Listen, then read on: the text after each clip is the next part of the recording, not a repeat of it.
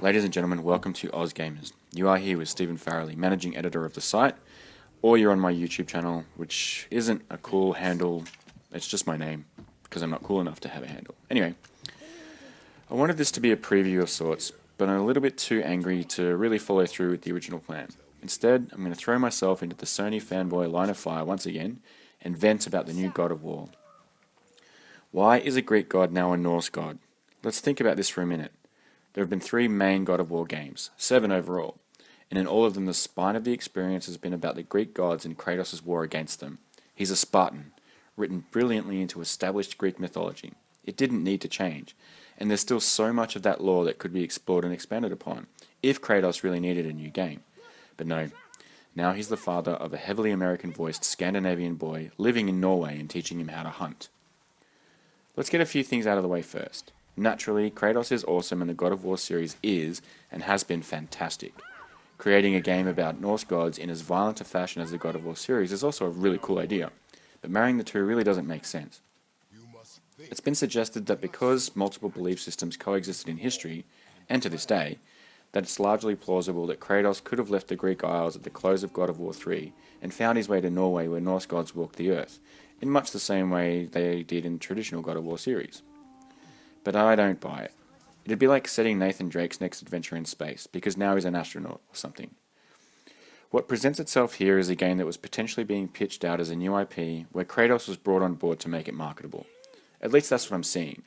Of course, I could be wrong, and Kratos and the God of War namesake have always been at the heart of this new concept. But either way, the very nature of Kratos being able to look Thor in the eye isn't an easily digestible spin. This is based purely on the back of how established his previous game world is, and how deeply the studio explored the narrative tilt of creating their own god for Greek mythology, and for him to get in there and just fuck everyone's shit up. Now you could argue that what they're doing here is the same thing, but by ignoring what they did so well in the first place, and replicating it in new and unique ways is a misstep in my opinion. Throughout any of the previous games, no gods from outside of Greek mythology have been seen. Moreover, God of War wasn't always about gods and titans. It was also about the human stories that helped flesh out the Greek mythology the studio so perfectly co-opted. It was about the monsters and magic that all coalesced to build out one of the most imaginative mythologies in human history. Santa Monica Studios has been so deep in this stuff, it makes sense they'd want to shed that golden fleece and work on something new. But by bringing Kratos across, they've hamstrung themselves from a narrative perspective, and have missed the opportunity to create a new and equally compelling character. It's not just in the character and setting either. That this God of War is more of a gameplay departure from the rest of the series also helps feed the unnatural fit here. Sure, games need to evolve, but if you've had a specific formula work for you for 7 odd games, switching it up can become a foreign affair. It's not even the original voice actor playing Kratos either. So in reality, there's already enough evidence to suggest Kratos should have been retired at the destruction of Olympus, or that his story should have continued in Greece, and that any new games set around Norse mythology, which is an equally awesome belief system mine, should have started with an entirely original new character to take Santa Monica Studios' new gameplay narrative ideas forward. Moreover, disparate design can be seen throughout here. Adopting new pseudo-RPG progression by way of things like the knowledge gain system is fine, but it hardly feels fitting for a character like Kratos. And while the third-person over-the-shoulder camera system brings us closer to the action, it breaks the familiar God of War gameplay we've mastered over the years. Obviously, there is nothing wrong with changing the way a game or series plays. You don't want a franchise to go stagnant, but the point I'm making here is a lot of this feels like it was being designed with another character in mind, though it could just be my own sour grapes, which I'm willing to admit I have. For full transparency, I will play the shit out of this game, but I don't have to like that it's a differently voiced Kratos trouncing around in not Greece with a son. After all, vengeance was the central theme of the previous games, driven around the idea that Kratos was tricked by Ares to kill his own family. The concept that he would now be calm and cool enough to just go to the north and find new love and family and religion doesn't sit well, and the final events of God of War 3 left plenty for the team to explore in Kratos' original world.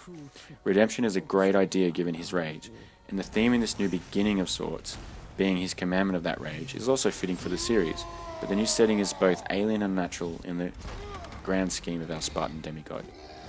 I'll likely be proven wrong and lynched by those fan peeps I mentioned at the start, but for mine, Kratos is a true son of Greece, and taking on an entirely new or old mythology doesn't need a fish out of water story, nor a character who doesn't fit said mythology to work. I would have just as easily fallen in love with a fictional Norse god created in the same vein as Kratos for this new adventure. Carrying him over at this point just feels like the safer, less creative option. Now bear in mind, I could be completely wrong about the entire directive of this new direction. The idea might be that we're actually not specifically playing Kratos, we're playing someone who is teaching a young boy to become a god, and that has sort of trickled through some of the promotional material so far. But again, this concept that Kratos could actually go between different mythologies just doesn't really sit well. At the heart of Greek mythology, Zeus was the king of all, the god of all, the creator of all. The fact that he really wasn't, he just created Greece, and that, you know, over in Scandinavia there's a whole other set of people that created their little system, it just doesn't marry up. So for mine, I think a brand new original character would have been much more fitting.